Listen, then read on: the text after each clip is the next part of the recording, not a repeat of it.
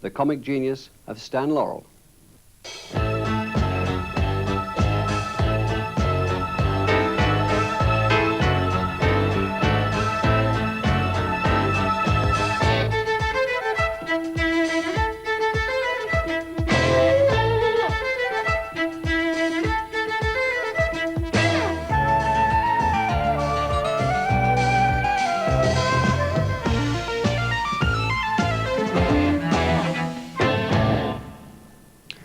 Hello, it's now more than 50 years since Laurel and Hardy produced their comedies at the Hal Roche studios, and yet their work continues to be shown on television and video all over the world.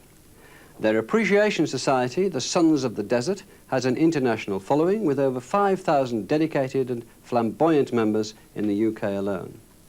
The unique comic partnership which Stan Laurel created with Oliver Hardy, Laurel was the writer on several of their best films, has given the cinema its greatest and most persuasive portrait of friendship, and it's this aspect of their art, perhaps, which has ensured its survival in the affections of the public.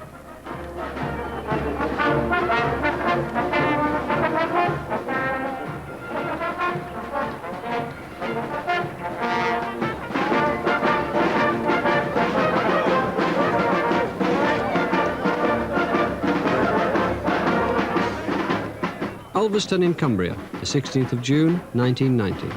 The Sons of the Desert, the International Laurel and Hardy Appreciation Society, meet to celebrate the centenary of the birth of Arthur Stanley Jefferson, better known to the world as Stan Laurel. Founded by a small group of enthusiasts and taking their name from a 1933 Laurel and Hardy feature, the Sons of the Desert has a broad membership, ranging from fanatical fans to serious film historians. Their devotion to a team of comedians whose film careers ended 50 years ago is a unique testament to the writing and comic talent of Stan Laurel.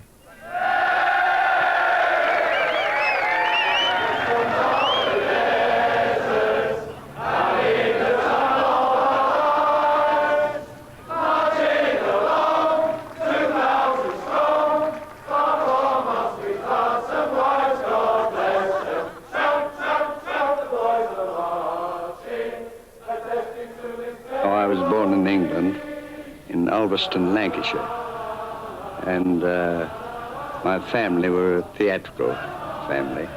My dad wrote shows and produced shows and also had a circuit of theaters around the north of England. I didn't have much education. It was my own fault. I had every chance, but I don't know, the spirit of the theater was in me, and it was more glamour. Stan's idol was George Robey, the leading music hall comedian of the day. Robey's style influenced both Stan and Charles Chaplin, another rising young comic. I wasn't too successful, however, because I'd had no experience and didn't have any material of any kind. In fact, I hadn't found myself anyway. I didn't know just what kind of a comic I was or anything else, but I was just happy to be in front of the footlights. So I finally drifted into the Fred Carnot Company. That was Carnot's London Comedians. And with the same outfit was Charlie Chaplin. And after about a year, we were booked to come over to America. Stan, now Chaplin's understudy, joined the 1912 tour. Carnot's comedians already dominated the music halls of England, and the challenge of the huge American vaudeville circuits was irresistible. We were supposed to rehearse the show coming over on the boat. Well, we had terrible storms. We took 12 days crossing, and everybody was ill, so no rehearsals were ever gotten to, you know, one of those things. So consequently, it was just a big mix-up when we got out there. The first night in New York, opening night, and he put his shoes out to be shined, European style. Well, in New York City, they stole the shoes. So he had to go on the next night with a white tie and tails and carpet slippers. And it got such a big laugh when he came out there with carpet slippers. He said from that time on, he always went out with carpet slippers, even though he bought a new pair of shoes. Well, we didn't do the show that we came over with. We picked the one that we were familiar with. That was the Night in an English Music Hall. mumming birds, as we call it in England. And the show is a terrific hit.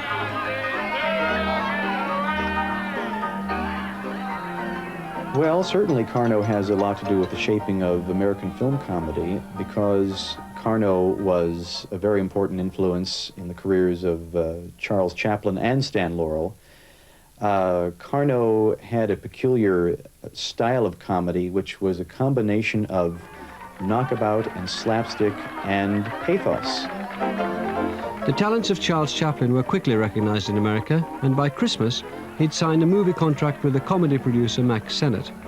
In Hollywood, Chaplin drew heavily upon his music hall connections, as the 98-year-old Hal Roach recalls. I went to work for SNA making pictures with the English comedians that Chaplin had on his salary. And I was introduced to him, and he told me that I had to go on location just before noon. And I said, well, why? That's odd. Why do I have to do that? He says, because I tell you you have to. And I said, that is certainly enough reason for me to do it. Then I found out if he went on location, the company had to pay for lunch for the whole bunch on location. So all these guys, these Englishmen who working for me, they wanted to eat for free too.